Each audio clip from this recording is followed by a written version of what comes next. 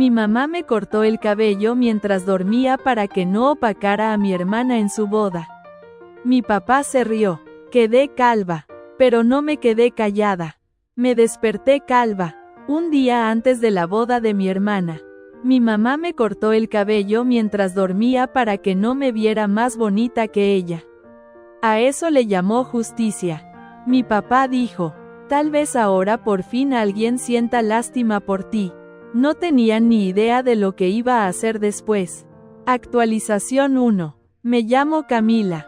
Tengo 29 años y jamás imaginé que me despertaría calva justo un día antes del matrimonio de mi hermana. Me temblaban los dedos al tocarme el cuero cabelludo, sintiendo los huecos donde antes caía mi cabello largo y rubio.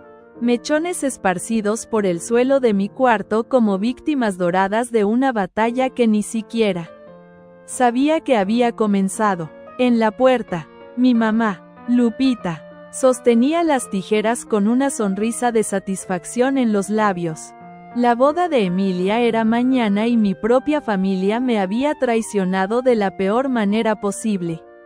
Antes de seguir con esta historia, comenta de dónde estás viendo esto y suscríbete para acompañar mi viaje de víctima a vencedora ante una traición familiar inimaginable para entender por qué mis padres harían algo tan cruel.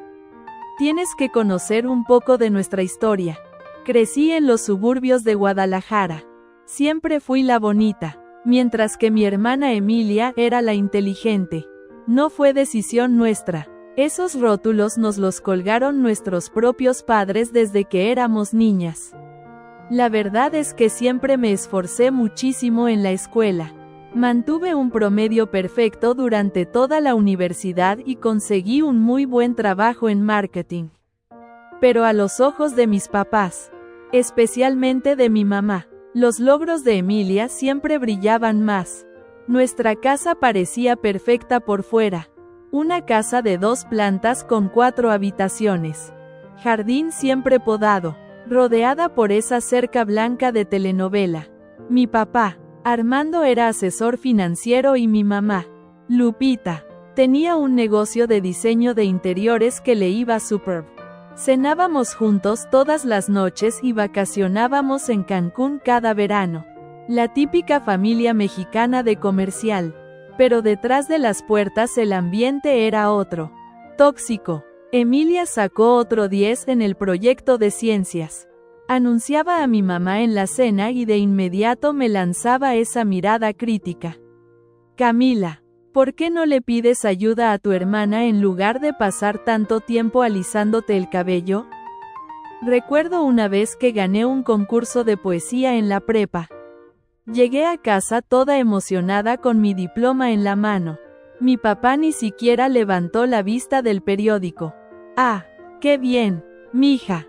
Pero viste que aceptaron a Emilia en ese programa de verano de la UNAM. Siempre era lo mismo. Cuando me gradué con honores de la universidad, mi mamá comentó que debía agradecerle a mi carita bonita por eso. Cuando conseguí mi primer trabajo, mi papá insinuó que mi jefe solo me contrató para adornar la oficina. Esos comentarios dolían, pero se volvieron rutina.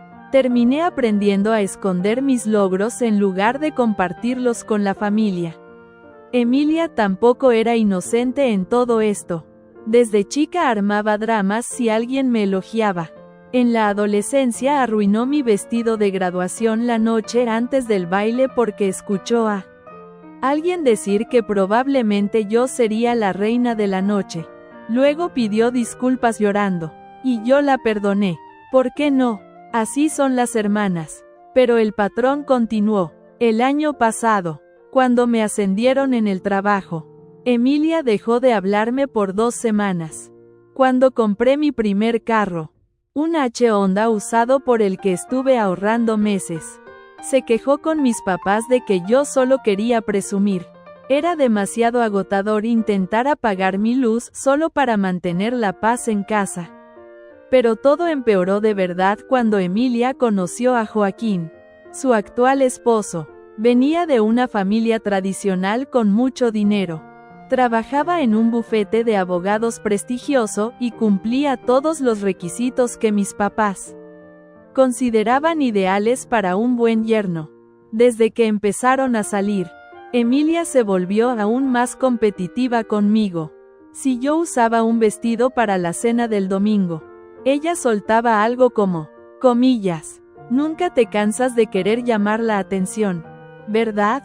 Si mencionaba algún logro en el trabajo, ella cambiaba el tema enseguida, hablando de sus planes con Joaquín. Cuando se comprometieron, después de solo 6 meses de noviazgo, mis papás estaban en las nubes. La boda se convirtió en el centro de nuestro universo familiar. Cada conversación, cada reunión, cada fiesta, todo giraba en torno al matrimonio de Emilia. Yo traté de apoyar, me ofrecí para ayudar con las invitaciones. Fui con ella a probar pasteles. Incluso planeé diseñar tarjetas de agradecimiento personalizadas usando mis habilidades de diseño.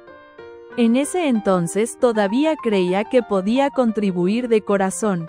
Pero nada era suficiente. Solo estás haciendo esto para opacarme.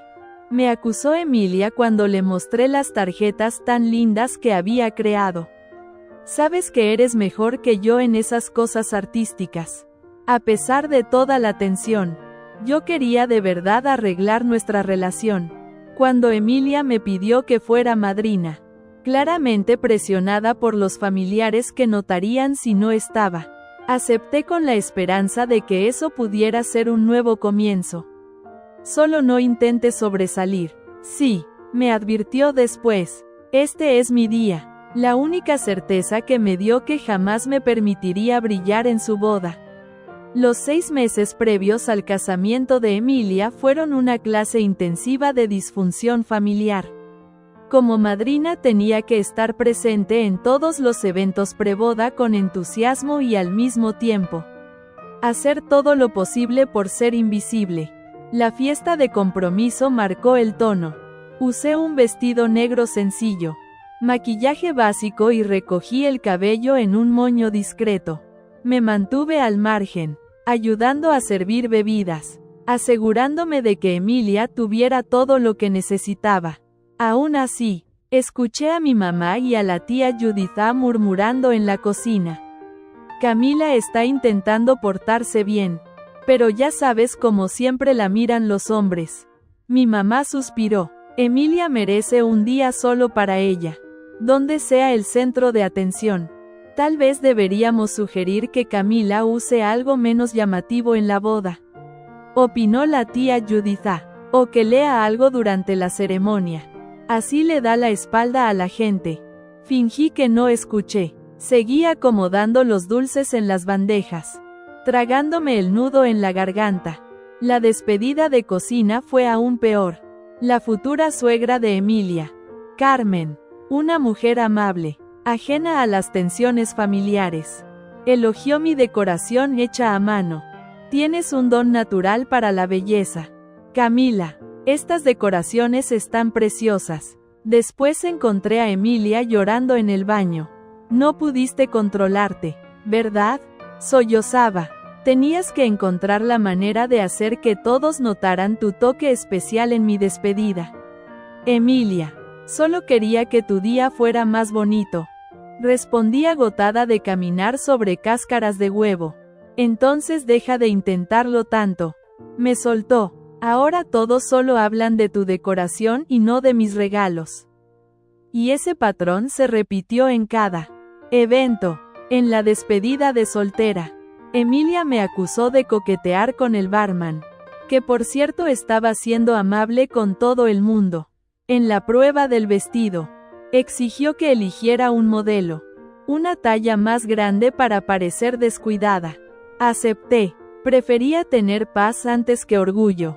Desperté con la sensación de que algo estaba profundamente mal, como si mi cuerpo ya supiera lo que mis ojos aún no habían visto. Fue cuando me llevé la mano a la cabeza que sentí el vacío. Literal, mi cuero cabelludo estaba expuesto, irregular, frío. Me levanté de golpe. El espejo al lado de mi cama me devolvió una imagen que no reconocí. Mi melena rubia, esa que había sido casi una extensión de mí misma, estaba en el suelo, en mechones dispersos como restos de un crimen. «¿Pero qué coño?», murmuré atónita, mientras las lágrimas comenzaban a acumularse en mis pestañas. En la puerta de mi habitación estaba ella, mi madre, Marisol, con una vieja tijera de costura en la mano y una sonrisa tan torcida que dolía más que cualquier corte. Mi padre Francisco estaba detrás de ella, cruzado de brazos, conteniendo la risa. «No podíamos permitir que eclipsaras a tu hermana en su gran día», dijo Marisol con esa voz empapada en falsa dulzura. «Ahora quizás alguien por fin sienta pena por ti», añadió Francisco con sorna, como si su frase fuera la cereza de una broma bien hecha.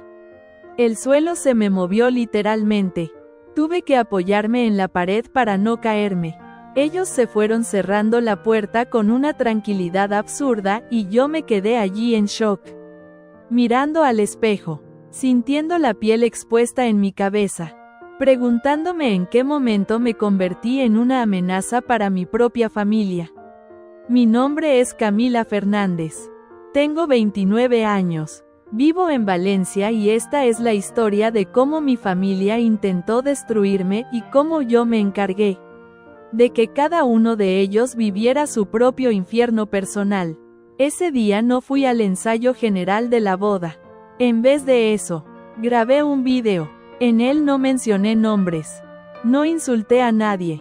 Solo mostré mi cabeza rapada y conté lo que me habían hecho mientras dormía. Cómo mis padres querían que yo fuera menos para que mi hermana Lucía brillara más. Lo hice con lágrimas reales, pero con la voz firme. No busqué venganza, no aún. Solo quería que el mundo supiera lo que muchas mujeres silencian por mantener una familia unida. Subí el video a Instagram y TikTok con un título simple: «Me raparon mientras dormía para no eclipsar a mi hermana en su boda». Apagué el móvil y me encerré en el baño. Me quedé bajo el agua caliente por horas, como si pudiera lavar el asco, la humillación, el dolor. Cuando finalmente volví a encender el móvil, tenía miles de notificaciones. Mujeres de todas partes de España me escribían. Algunas lloraban conmigo, otras me contaban historias parecidas. Algunas me ofrecían ayuda, cortes de pelo profesionales, maquillaje, hasta un vestido nuevo si quería ir igual a la boda. Era como si una comunidad entera me hubiera recogido del suelo. Lucía, mientras tanto, me escribió un único mensaje: «No sé por qué dramatizas tanto. Podrías simplemente no venir y evitar más escándalo». Y ahí lo supe. Esa boda no sería su gran día. Sería el comienzo de su caída. Esa misma noche hice la maleta y me fui de casa. Me alojé en casa de Inés, una amiga de la infancia que ahora era psicóloga y vivía en el centro de Madrid. Cuando me abrió la puerta, soltó un grito ahogado: «Camila, ¿qué te han hecho?». Lo que les parecía justo respondí sin rodeos. «Pero ya no van a salirse con la suya». Inés me abrazó fuerte. Fue el primer abrazo sincero que sentí en años. «Vamos a reconstruirte. Y no solo por fuera». Al día siguiente, mientras me tomaba un café mirando los tejados de Lavapiés, mi video alcanzó 7 millones de visualizaciones. Una periodista del País me contactó, luego una editora de libros. Incluso una marca de cosméticos me ofreció hacer una campaña sobre belleza real. Y entonces llegó el mensaje que cambió todo. Una cuenta anónima me escribió: «Sé lo que tus padres te ocultaron toda la vida. No eres quien crees ser. ¿Quieres la verdad?». La cuenta anónima no tenía foto de perfil, ni publicaciones, ni seguidores. Solo seguía a una persona. A mí. Me quedé mirando ese mensaje durante minutos como si fuera una bomba a punto de explotar. «No eres quien crecer». ¿Qué significaba eso?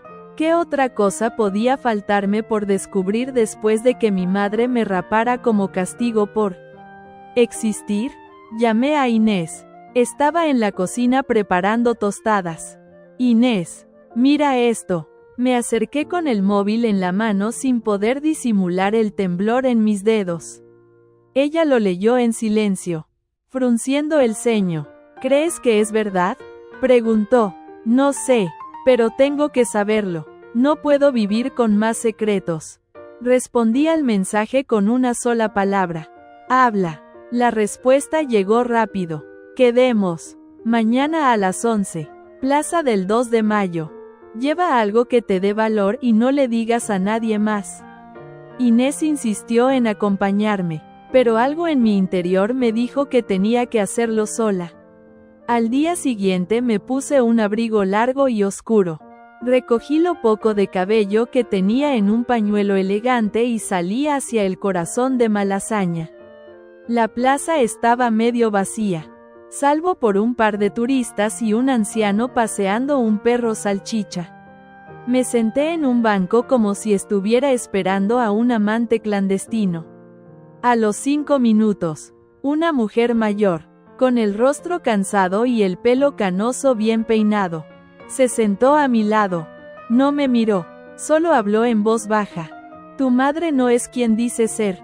La miré de reojo, sin saber si reír o llorar. Perdone, señora, nos conocemos. Soy Teresa. Trabajé durante 20 años como asistenta en casa de tus abuelos paternos en Toledo. Vi cómo te criaron. Vi lo que tu madre hizo para borrar lo que no le convenía. Me mostró una foto antigua. Un bebé en brazos de una mujer joven. Claramente no era Marisol. Al fondo, mi padre, mucho más joven, con una expresión que no había visto jamás en él. Ternura. Ese bebé soy yo, dije con la voz quebrada. La mujer de la foto era Alicia. Tu verdadera madre. Murió en un accidente cuando tú tenías meses. Francisco te trajo a Valencia y Marisol aceptó criarte. Pero nunca te vio como su hija. Siempre te vio como una amenaza. Como una prueba de su fracaso. Sentí que el aire se me escapaba del pecho. De repente todo encajaba. El desprecio silencioso. Las comparaciones crueles. El resentimiento. Yo era la intrusa. La recordatorio vivo de una historia que Marisol quería borrar. Y Lucía es hija biológica de Marisol. Pero no de Francisco. Su verdadero padre es otro. Un secreto que ambos decidieron callar para proteger su reputación. Todo mi mundo se tambaleó. Mi familia no era mi familia y lo peor es que lo sabían. Me criaron con una mentira. Me humillaron. Me apartaron. Me trataron como inferior. Todo porque yo era el fantasma de una vida que Marisol no quería aceptar. ¿Por qué me lo cuenta ahora? Porque vi tu video. Porque tienes derecho a saber la verdad antes de destruirlos. Porque sé que vas a hacerlo y quiero que lo hagas con conocimiento. Le tomé la mano sin decir una palabra más. A veces el silencio es el único lenguaje que puede contener tanto dolor. Esa noche me encerré en el cuarto de invitados de Inés y lloré hasta quedarme dormida. No por la pérdida, sino por la rabia. Una rabia limpia, justa. Al día siguiente, mientras desayunábamos, Inés me pasó su portátil. Tu video ha llegado a 12 millones. Estás en todas las noticias. Mira esto. En la pantalla, una entrevista en directo con Lucía. Estaba visiblemente nerviosa intentando dar explicaciones vagas. Mi hermana tiene un historial de exagerar. Siempre fue algo dramática. Yo no tuve nada que ver con lo que pasó. Ella se fue porque quiso. Pero el rostro de Lucía decía otra cosa. Miedo. Y entonces sonó mi móvil. Era Joaquín, el marido de Lucía. Camila, tenemos que hablar. Lo que pasó contigo no fue lo peor. Hay algo que Lucía me ocultó. Algo grave, muy grave. ¿Podemos vernos? No sabía si estaba lista para hablar con Joaquín. Durante años lo vi como un testigo pasivo de todo lo que ocurría en mi familia. Siempre educado, siempre correcto, pero jamás se interpuso entre Lucía y sus ataques. Sin embargo, había algo distinto en su voz aquella mañana. Urgencia, angustia. Acepté. Nos vimos en un pequeño café cerca del Parque del Retiro. Un lugar discreto y tranquilo. Llegué antes que él. Tenía las manos sudorosas, el corazón a mil. Cuando lo vi entrar, noté de inmediato las ojeras, la mirada caída. Era un hombre que ya no dormía tranquilo. Camila, gracias por venir, dijo mientras me ofrecía un apretón de manos torpe. Dime lo que tengas que decir. Respondí sin rodeos. No estaba allí para reconectar. Estaba allí por la verdad. Joaquín pidió un café solo. Yo no toqué el mío. Sé que probablemente piensas que soy igual que ellos. Que me quedé en silencio mientras te destruían. Y no te voy a mentir. Es cierto, me callé demasiadas veces. No estoy aquí por disculpas. Interrumpí. Lo sé, asintió. Estoy aquí porque Lucía me ocultó algo que afecta a todos y si lo cuento yo, será un escándalo. Pero si lo cuentas tú. Se detuvo, miró alrededor, bajó la voz. Lucía no puede tener hijos. Lo supo hace 2 años después de un aborto espontáneo. Fue devastador para ella, pero decidió que no lo diría a nadie. Que encontraría otra forma de cumplir con el rol de esposa perfecta. ¿Otra forma? Pregunté sin entender. Joaquín respiró hondo. Buscó una donante anónima para la fecundación in vitro. El problema es que la donante no fue tan anónima como ella pensaba. Me pasó una carpeta con papeles impresos. Era un informe de una clínica privada de fertilidad en Barcelona. Mi nombre aparecía como donante genética. Mi nombre. Pero esto es imposible. Yo nunca. No lo sabías. Me interrumpió. Fue tu madre quien usó tus datos. Accedió a tu historial médico cuando vivías en casa. Fingió que eras tú. Presentó un documento falso con tu firma. Eso es ilegal. Eso es enfermizo. Lucía quería que el bebé se pareciera a la familia. Quería tener la sangre buena. Pero sin que tú brillaras más que ella. Y Marisol lo facilitó. La sangre me hervía. Todo se volvió confuso. Grotesco. Lucía había intentado tener un hijo usando mi genética. Mi madre lo permitió. Planeaban ocultarlo incluso al propio niño. ¿Y tú sabías esto? Le escupí. Lo supe hace 2 semanas. Encontré la carpeta en su despacho. Lucía me dijo que era lo mejor para todos. Que yo no entendería. Que tú no tenías por qué enterarte. Me levanté furiosa. ¿Y por qué me lo cuentas ahora? Porque he estado viviendo una mentira. Porque estoy atrapado con una mujer que no es quien dice ser. Y porque tú mereces saberlo antes que lo uses tú misma en su contra. Tomé los documentos y salí sin decir adiós. Esa noche no dormí. Caminé durante horas por el centro de Madrid. Incapaz de digerir lo que acababa de descubrir. Me sentía violada, traicionada, robada, pero también algo en mí comenzó a encajar. Ese dolor ancestral en mi pecho no era solo emocional, era físico, como si mi cuerpo supiera que algo había sido tomado sin permiso. Y entonces supe lo que tenía que hacer. Volví a casa de Inés y le mostré todo. Ella, que nunca perdía la compostura, se quedó sin palabras. Esto es grave, Camila, gravísimo. Puedes denunciarlas las dos. Es falsificación, es suplantación, es abuso médico. Lo voy a hacer, pero no ahora. Aún no. Entonces, ¿qué vas a hacer? La miré con una calma que ni yo misma reconocí. Voy a dejar que Lucía piense que todo está bien, que no sé nada, que sigo siendo la hermana inferior. Voy a ir a su casa. Voy a entrar en su círculo y desde dentro voy a hundirla. Inés me miró sorprendida. ¿Estás segura? Más que nunca. 2 días después llamé a Lucía. Hola, hermana. Le dije con una voz que no me pertenecía. Estuve pensando. Y quiero ir a visitarte. Quiero arreglar las cosas. Quiero estar ahí para ti como tú lo estuviste para mí. Hubo un silencio largo en la línea. Luego su respuesta. Claro, ven. Me encantaría hablar. Y así fue como crucé de nuevo el umbral de esa casa, no como víctima, sino como enemiga silenciosa. Volver a cruzar la puerta de la casa de Lucía fue como pisar el escenario de un crimen. Pero con la sangre todavía caliente. Todo estaba igual que antes. Los muebles minimalistas, las paredes impecables, ese olor a flores artificiales que siempre me pareció sofocante. Lo único diferente era yo. Lucía me recibió con una bata de seda beige y una sonrisa forzada que no llegaba a los ojos. Pasa, por favor, me alegra que hayas venido. A mí también, mentí con una voz dulce, casi infantil. Tenía que verte. Nos sentamos en el salón. Me ofreció una copa de vino blanco.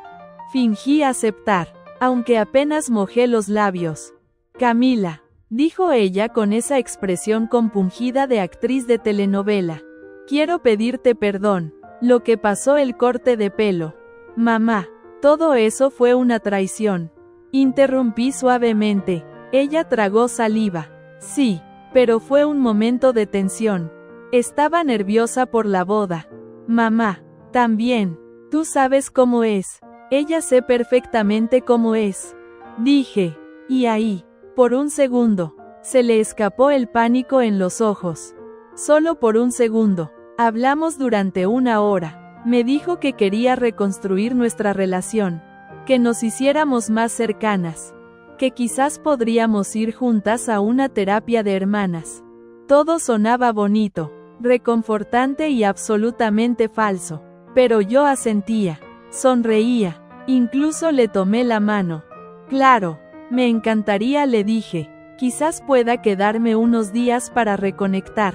Lucía dudó.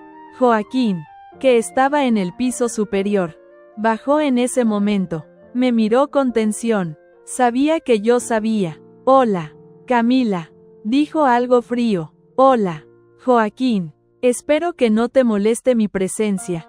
No, claro que no, respondió, pero sus ojos decían otra cosa. Me instalé en la habitación de invitados, la misma donde me había quedado una vez, cuando aún creía que tener familia era una bendición. Por la noche fingí dormir. Escuché pasos, susurros, el murmullo de una discusión detrás de la puerta del dormitorio de Lucía. Te dije que no confiaba en ella, decía Joaquín. Y si vino porque ya sabe. No sabe nada. Está aquí porque se siente culpable. Respondía Lucía. Es la misma de siempre. Insegura. Desesperada por afecto. Sonreí en la oscuridad. Esa era la ventaja de que te subestimaran. Nunca venían el golpe venir. Pasé los siguientes días como una hermana arrepentida. Cocinaba con ella. Salíamos a caminar por el barrio de Chamberí. Visitamos una exposición de arte contemporáneo. Cada vez que me miraba, Lucía parecía más relajada, más confiada. Y mientras tanto, yo recogía todo, observaba, anotaba, grababa, guardaba pantallazos de sus correos, mensajes sospechosos, conversaciones con su ginecóloga. Había creado una carpeta en la nube con todo. Incluso grabé una conversación entre ella y Marisol, en la que discutían sobre cómo habían falsificado mis datos para el proceso de fertilidad. No te preocupes, hija, nadie va a descubrirlo. Camila es débil, no tiene malicia. No quiero que el niño sepa que tiene el ADN de una fracasada. Unas frases que en contexto podían destruir vidas, y yo ya no era débil. Una noche, Joaquín entró en mi habitación sin hacer ruido. Me encontró despierta. Camila, no sé qué estás planeando, pero ten cuidado. Lucía es más peligrosa de lo que parece. Lo miré fijamente. Tú aún la amas. Se quedó en silencio. No lo sé. Creo que nunca llegué a conocerla de verdad. Entonces, no te interpongas. Él asintió y se fue. Desde ese momento supe que no intentaría detenerme. El golpe final comenzó con una cena. Lucía organizó una comida en casa con mis padres como invitados. La idea era supuestamente hacer las paces en familia. Pero lo que no sabían era que yo había contratado a un periodista de investigación para asistir como pareja mía. Su nombre era Sergio Márquez y trabajaba para una plataforma de noticias digitales conocida por exponer escándalos familiares de alto perfil. Durante la cena, Sergio hizo preguntas sutiles como quien charla por cortesía. Entonces, ¿cómo fue la infancia de Camila y Lucía? Preguntó con una sonrisa. Muy unidas. Siempre lo fueron, respondió Marisol sin titubear. Y Camila, siempre supiste que sería artista, no, dijo Francisco. Era lista, pero algo superficial, menos enfocada que Lucía. Sergio rió. Internante. ¿Y qué opinan del video viral? ¿Cómo lo gestionaron emocionalmente? La mesa se congeló. Lucía palideció. Marisol carraspeó. Fue una exageración, dijo ella. Las cosas se salieron de control. Pero es asunto de familia. Sergio asintió como si nada. Pero su grabadora estaba encendida y el micrófono oculto en su reloj. Esa noche publiqué una nueva entrada en mi cuenta. Un video corto pero directo. ¿Creéis que sabéis quiénes son vuestros padres? Yo también lo creía hasta que descubrí que me mintieron toda la vida. Que usaron mi cuerpo sin permiso. Que mi hermana intentó crear una vida robando la mía. Pero tranquilos, no busco venganza, busco justicia. Las visualizaciones explotaron en cuestión de horas y justo cuando creía que el caos estaba al máximo, recibí una llamada de una voz conocida. Camila, soy Teresa. Hay algo que olvidé contarte. Algo sobre tu verdadera madre. Algo que puede cambiar todo. Cuando Teresa me llamó esa noche, su voz sonaba diferente, más temblorosa, más urgente. La misma mujer que me había revelado que Marisol no era mi madre biológica. Ahora tenía algo más, algo que según ella cambiaría por completo el rumbo de mi historia. Camila, necesito verte en persona. No puedo hablar de esto por teléfono. ¿De qué se trata? Pregunté ya con el pulso acelerado de Alicia. De tu madre verdadera y de algo que ella dejó para ti antes de morir. No dormí esa noche. Pasé horas mirando el techo de la habitación de invitados, escuchando los pasos de Lucía moverse por el piso, el silencio tenso de Joaquín en el despacho, los ecos invisibles de una casa construida sobre secretos. A la mañana siguiente tomé un tren a Toledo, donde Teresa vivía en una pequeña casa cerca del río Tajo. Me recibió en la puerta con los ojos vidriosos y una caja de madera en las manos. Era vieja, con marcas de humedad, cerrada con una cinta de terciopelo azul. La encontré escondida entre los viejos baúles de tus abuelos. Tu madre me la dio el día antes de su viaje a Barcelona. El que no volvió a terminar. Me dijo que si algo le pasaba, debía dártela cuando fueras lo suficientemente fuerte para saber la verdad. Me senté en el sofá con las manos heladas. Teresa se sentó frente a mí en silencio. Abrí la caja. Dentro había una pila de cartas, un pequeño cuaderno con dibujos y una cadena de plata con una medalla en forma de luna creciente. En la primera carta, escrita con una caligrafía delicada, Alicia me hablaba como si estuviera viva. Mi pequeña Camila, si estás leyendo esto es porque ya sabes parte de la verdad. Pero no toda. No morí en un accidente. Me silenciaron. Alguien no quería que yo revelara un secreto familiar que podía destruir más que un apellido. Me quedé sin aire. ¿Qué significa esto, Teresa? Ella se frotó las manos como quien revive un trauma olvidado. Tu abuelo, el padre de Francisco, tenía negocios turbios, tráfico de influencias, lavado de dinero. Alicia descubrió parte de eso cuando trabajaba como contable para la empresa familiar. Lo iba a denunciar, pero entonces ocurrió el accidente. Me llevé las manos a la boca. Toda mi historia, mi origen estaba manchado de conspiraciones. Mentiras. Muerte. ¿Estás diciendo que la mataron? Yo no puedo probarlo, Camila. Pero Alicia tenía miedo y no era una mujer temerosa por naturaleza. Esas cartas, ese cuaderno, son tu herencia, pero también tu arma. Leí durante horas. Cada página era un grito contenido. Nombres, fechas, movimientos bancarios sospechosos. Todo escrito por una mujer que sabía que estaba marcando su final. Y entonces encontré una foto. Mi madre biológica, embarazada de mí, abrazando a Francisco. Él la amaba. Dije en voz baja, la amó, pero eligió el poder y eligió a Marisol porque ella sabía guardar secretos. A cambio de todo, regresé a Madrid con la caja en una mochila. Mis piernas temblaban, pero mi mente era un torbellino de claridad. Esa noche publiqué otro vídeo. Esta vez desde mi habitación en casa de Inés con la caja a mi lado. Hoy descubrí que mi madre no murió por accidente, que mi familia oculta más que favoritismos y traiciones. Oculta delitos, corrupciones, tal vez incluso crímenes. Y ya no voy a callar porque tengo pruebas y porque el silencio me costó demasiado. La gente enloqueció. El vídeo se compartió en todas las plataformas. Las noticias comenzaron a atar cabos. Las redes sociales me convirtieron en símbolo de resistencia, de verdad incómoda, de justicia emocional. Lucía me llamó esa madrugada llorando. ¿Qué estás haciendo? ¿Quieres destruirnos?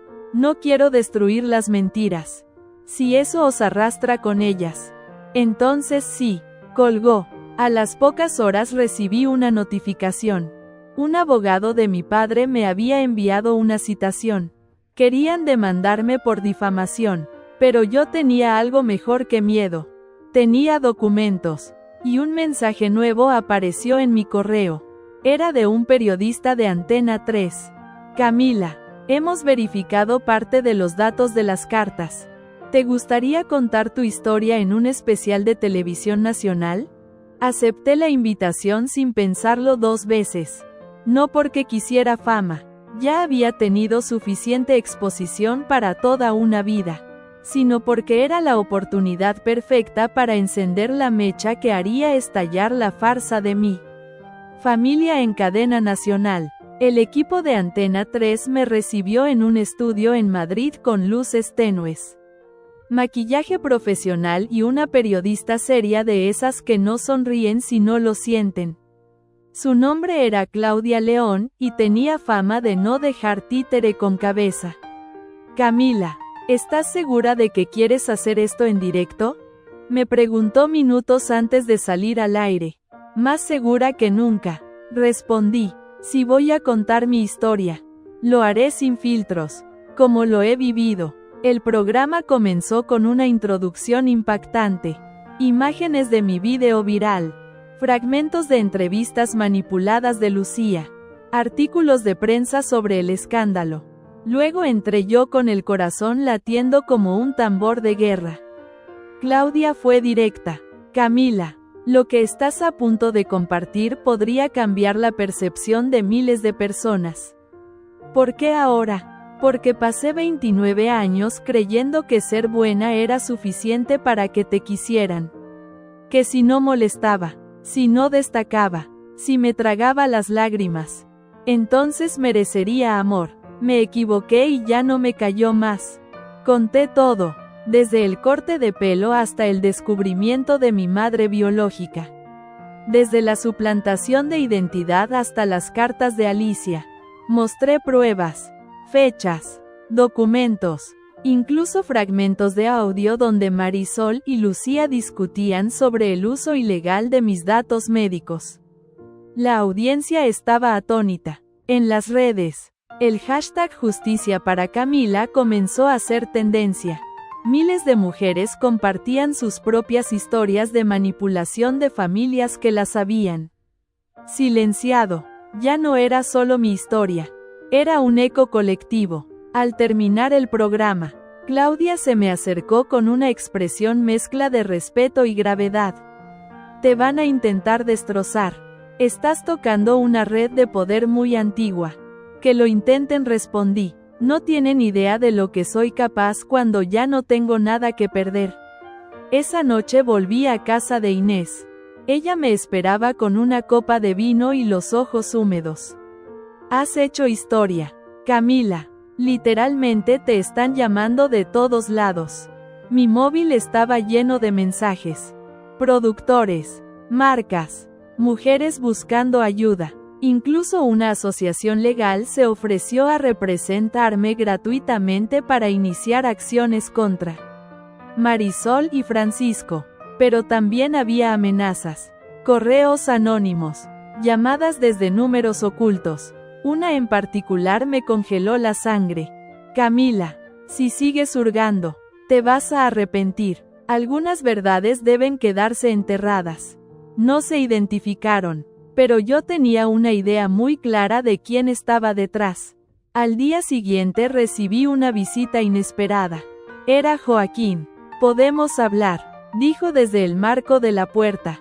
Lo invité a pasar. Se sentó con la espalda recta, como si llevara un peso invisible sobre los hombros. He dejado a Lucía, confesó con la voz apagada.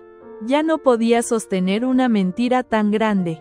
Pero eso no es lo importante. Lo importante es esto. Sacó un sobre y lo puso sobre la mesa. Es un informe financiero de la empresa de tu padre. Lleva años desviando fondos a cuentas en paraísos fiscales. Está usando el nombre de tu madre biológica, Alicia, como testaferro. Sentí una descarga eléctrica recorrerme el cuerpo. ¿Estás diciendo que está usando la identidad de una mujer muerta para esconder dinero? Sí, y lo peor es que no lo hace solo. Marisol firma como corresponsable en varios documentos. Esto va más allá de una familia disfuncional. Es una red criminal y están dispuestos a todo por protegerla. Me quedé en silencio. Sabía que había algo más profundo. Pero no imaginé esto. ¿Por qué me ayudas, Joaquín? Porque me cansé de vivir con miedo. Y porque tú fuiste la única que dijo la verdad. Incluso cuando dolía. Tomé el sobre. Esa noche no pude dormir. Ni Inés ni Joaquín, que se quedó en el sofá por si necesitábamos movernos rápido. El miedo era real, pero también lo era mi determinación. Y entonces recibí un mensaje inesperado. Era de Lucía. Mañana a las 9. Ven al despacho de papá. Solo tú. Tengo algo que darte y necesitas escucharlo en persona. La mañana siguiente, el cielo de Madrid estaba cubierto de nubes bajas, pesadas, como si la ciudad presintiera que algo oscuro estaba a punto de ocurrir. Salí temprano, sin desayunar, con el sobre de Joaquín bien escondido bajo la chaqueta. Inés me abrazó antes de irme. Si ves que algo está mal, te vas sin mirar atrás.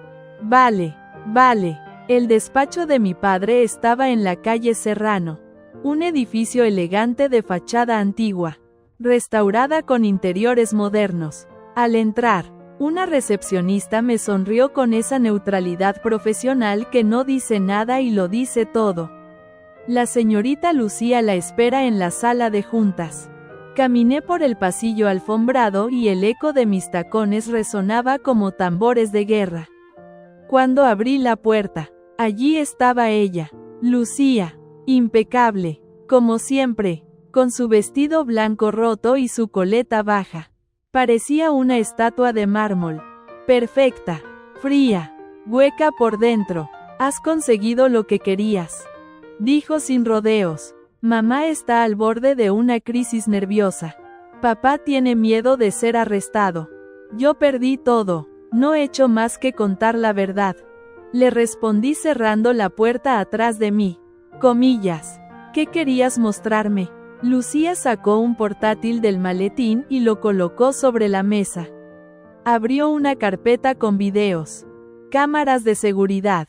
Mira esto, dijo. Le di al play. En el video se veía a mi madre entrando en el despacho de mi padre a altas horas de la noche. Revisaba archivos, copiaba documentos, hacía llamadas. Y no es papá el que empezó con las cuentas ocultas. Fue mamá. Papá se dejó arrastrar. Pero hay más. Cambió a otro video. Era de hace años. Yo tenía tal vez 8 o 9. Jugaba en el jardín de casa. De fondo se escuchaba una conversación captada por error entre Marisol y un hombre que no reconocía. La niña no debe saber nunca quién fue su madre. Alicia cometió errores. No queremos repetirlos. Y Francisco lo sabe. Sabe lo que le conviene. El resto lo decidimos nosotras. Lucía me miró por primera vez. Su expresión era sincera, no compasiva, pero sí rota. Yo también fui usada. Camila, no lo ves porque crees que fui la favorita. Pero fui el peón. Mamá siempre manejó todo. A papá, a ti, a mí. ¿Y ahora qué? ¿Esperas que te abrace? ¿Que lloremos juntas? No, dijo cerrando el portátil. Espero que destruyas a mamá. Pero no a mí, porque si tú te hundes en este juego, no habrá nadie que cuente la historia. Me fui sin decir una palabra. No confiaba en ella, pero sabía que algo de lo que había dicho era cierto. Marisol era la mente detrás de todo. Francisco era cómplice y yo ya no era una víctima. Esa tarde me reuní con Sergio, el periodista, y con un equipo legal. Les mostré los vídeos, los documentos, todo. Esto puede implicar una investigación federal, dijo uno de los abogados. Pero si decides hacerlo público ahora, corres riesgo. Pueden atacarte, pueden destruir pruebas. Entonces haremos algo mejor, respondí. Lo lanzaremos todo a la vez. Con respaldo, con medios, con justicia. Planeamos un lanzamiento mediático completo. Reportaje, rueda de prensa, publicación de documentos verificados. Todo coordinado para una fecha concreta. El aniversario de la muerte de Alicia. Esa noche Inés me abrazó fuerte. No eres la misma chica que llegó aquí rapada y rota.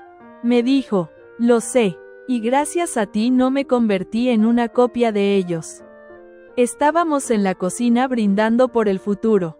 Cuando mi móvil vibró era un mensaje de un número oculto. Solo decía, has acabado demasiado hondo. Pronto lo lamentarás. A la mañana siguiente, alguien lanzó una piedra contra la ventana del apartamento de Inés. En ella un papel pegado con cinta. Deja de escarbar muertos o te convertirás en uno. La piedra atravesó el cristal como un disparo, seco en mitad del alma.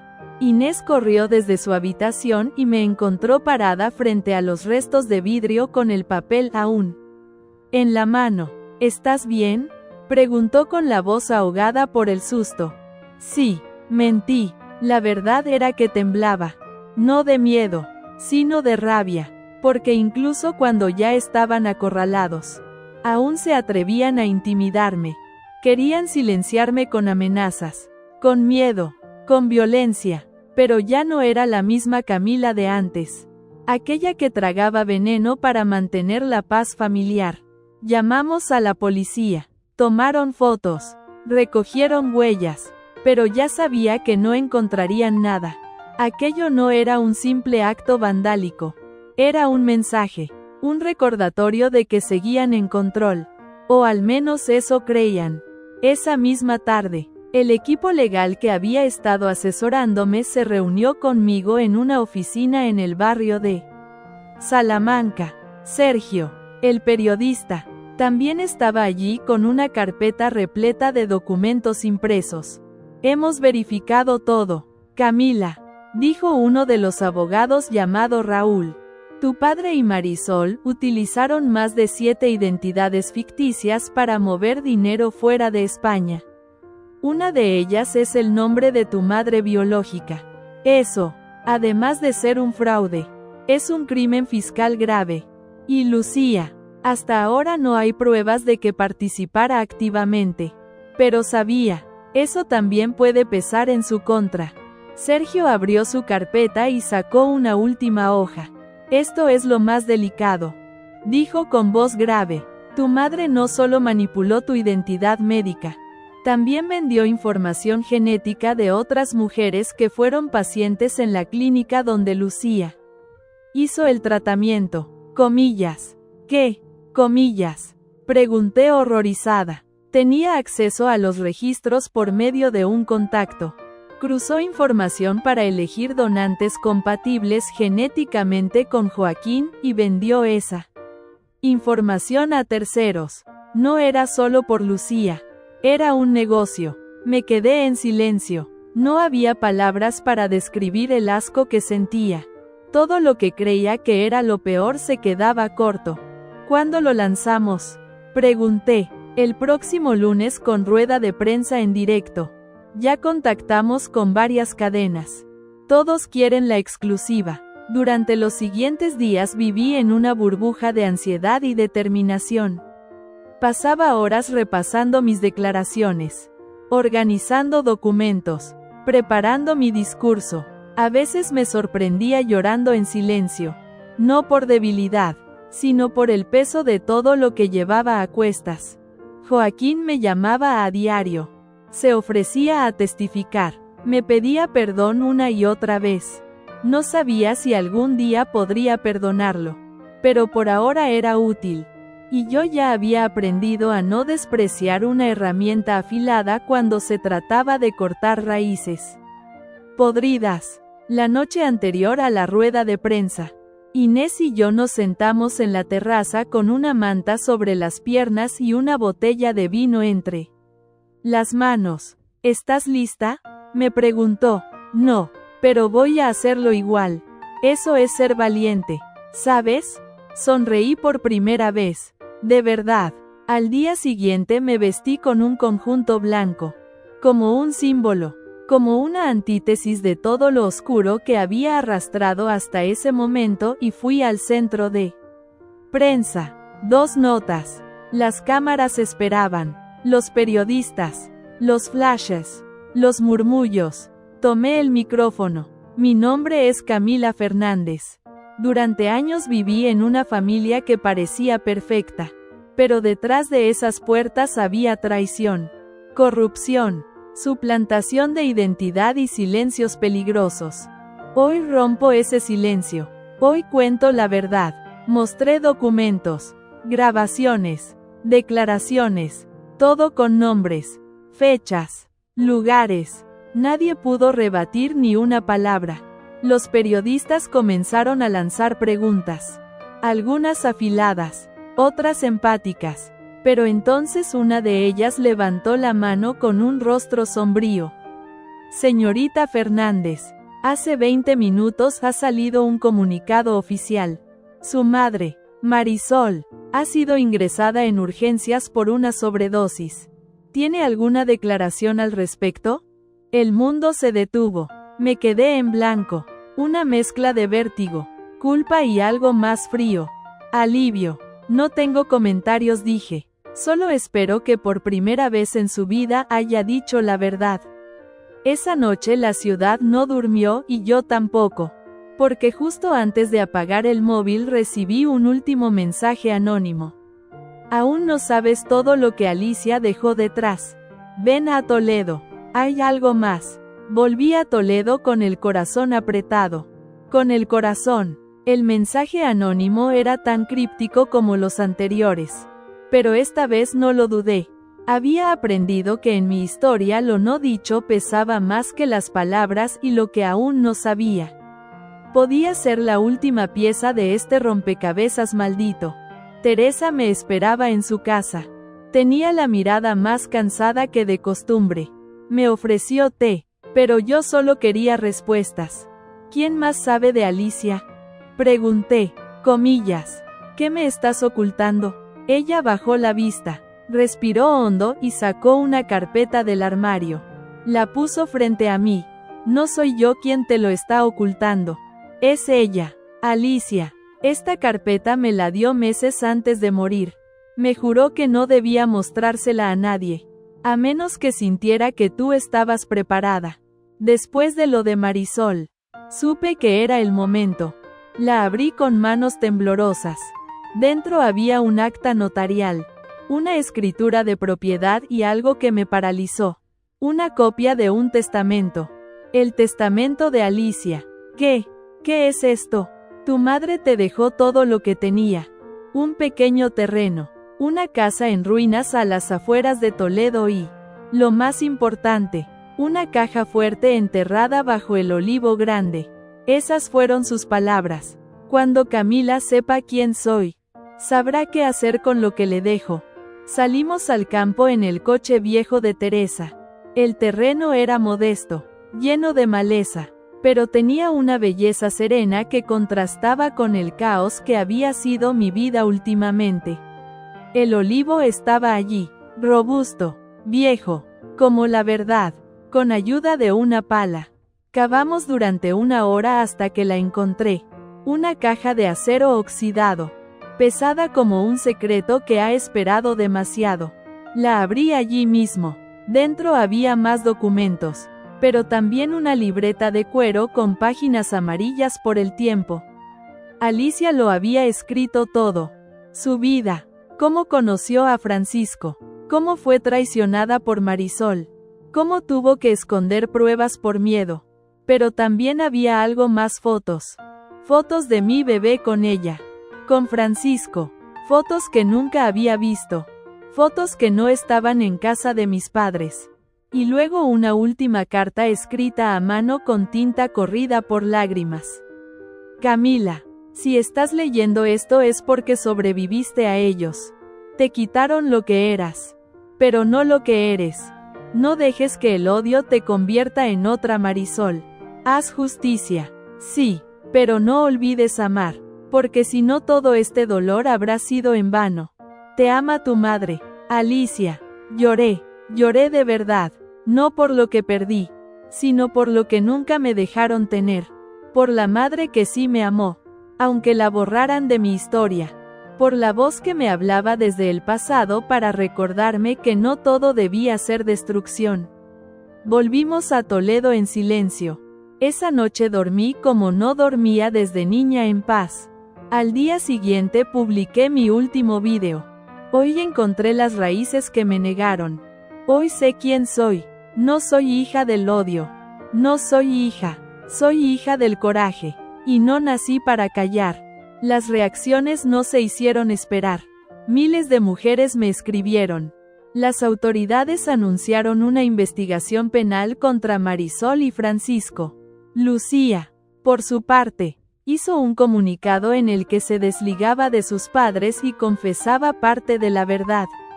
Algunos la vieron como víctima, otros como cómplice arrepentida. Yo no juzgué, ya no era mi guerra. Una semana después recibí una invitación.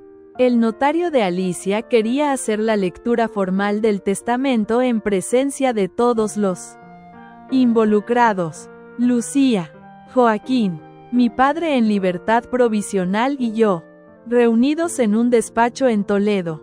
Cuando el notario terminó de leer el documento, Francisco no podía ni mirarme. Lucía estaba pálida. Y entonces vino el giro final. Hay un anexo adicional, dijo el notario, una cláusula que Alicia redactó de puño y letra. Se activará si Camila demuestra que ha sido víctima de suplantación, daño emocional grave y traición familiar. En ese caso, ella no solo heredará el terreno, también recibirá el control de la antigua empresa familiar de Francisco, a su nombre legalmente. Silencio. Francisco se levantó de golpe. Eso es una locura. Esa empresa es mía. Lo fue de mi padre. No puede ser suya. El notario levantó la vista. Tranquilo. Está firmada por testigos, legalizada y validada por un tribunal hace 20 años. La cláusula entra en efecto hoy y entonces me giré hacia ellos. Mi familia. Ahora sí les dije. Ya no me pueden callar y tampoco pueden esconderse. No fue un final explosivo. No hubo gritos, ni insultos, ni peleas físicas. Solo el silencio espeso de una sala llena de personas derrotadas por la verdad. Esa verdad que durante años intentaron enterrar bajo la alfombra de los buenos modales y las apariencias. Pero ya no había más sombra donde esconderse. Ese día salí del despacho notarial con las escrituras de la empresa en la mano. No porque quisiera venganza corporativa, sino porque por fin tenía algo mío. Algo que no me fue dado, que me fue devuelto. No regresé a Madrid de inmediato. Me quedé en Toledo unos días. Caminaba mucho, dormía mejor, respiraba diferente. Era como si cada célula de mi cuerpo supiera que había recuperado su lugar en el mundo. Ya no necesitaba demostrar nada, solo vivir y contar, porque contar era mi forma de resistir. Francisco, mi padre, fue formalmente imputado por fraude fiscal, falsificación de identidad y encubrimiento de delitos financieros. Aceptó un acuerdo con la justicia para evitar la prisión inmediata. Pero su reputación quedó destruida. La empresa que fundó ahora lleva mi nombre. Su círculo social que tanto idolatraba, lo abandonó en cuanto supieron la verdad. Vive en un piso alquilado en las afueras de Alcobendas, solo con los ecos de su fracaso. Marisol, mi madre adoptiva, fue internada en una clínica psiquiátrica tras su intento de sobredosis. Durante semanas se negó a hablar. Finalmente confesó todo ante las autoridades. Se declaró culpable, alegando presión emocional y trastornos de personalidad no tratados. El juicio sigue en proceso, pero su caída fue pública, cruel, definitiva. Nadie la ve ya como la diseñadora de interiores ejemplar de Valencia. Ahora es solo un nombre ligado al abuso. Lucía. Bueno, Lucía hizo lo impensable. Desapareció. Cerró sus redes sociales. Dejó el piso que compartía con Joaquín y se fue de Madrid. Nadie sabe dónde está. Algunos dicen que se refugió en Granada. Otros que está en una comunidad espiritual en el norte. Me dejó una última carta. Sin rencor, solo cansancio. Camila, perdón, no por lo que hice. Eso ya lo sabes. Perdón por haber sido débil. Por haber dejado que mamá me moldeara como a una marioneta. No sé si alguna vez podremos volver a hacer algo parecido a hermanas. Pero gracias por no destruirme por completo. Lucía, no respondí. No hacía falta. Joaquín, por su parte, siguió trabajando como abogado. Pero ahora lo hace para una ONG que ayuda a mujeres víctimas de violencia familiar y administrativa. Me llamó una vez más, semanas después de la tormenta. Me pidió que nos viéramos. Lo hice no como amante, ni como cómplice, como sobrevivientes. Fuiste valiente, me dijo, me enseñaste a no vivir con miedo. Yo también tenía miedo, le respondí. La diferencia es que aprendí a usarlo como fuego, no como cadenas. Nos abrazamos y fue eso. Un cierre. Inés, mi amiga, mi refugio, mi hermana elegida, sigue a mi lado. Compramos juntas una pequeña casa en el campo cerca de la antigua propiedad de Alicia. Allí pasamos los fines de semana. Cultivamos lavanda, cocinamos en silencio. Escribimos porque sí, volví a escribir. Publicaron mi libro. Se llama La hija que no cayó. Fue bestseller durante 3 meses. No porque fuera perfecto, sino porque era real, crudo, humano. Las mujeres me escriben todos los días. Algunas para contarme sus historias. Otras solo para decir, gracias por no rendirte. Y yo volví a dejar crecer mi pelo largo dorado. Sin miedo de que su brillo moleste a nadie. Ya no tengo que esconderme. A veces me despierto en mitad de la noche y recuerdo el momento en que me vi al espejo. Rapada, sola, rota y sonrío, porque esa fue la versión más honesta de mí. La que ya no necesitaba máscaras. La que empezó todo.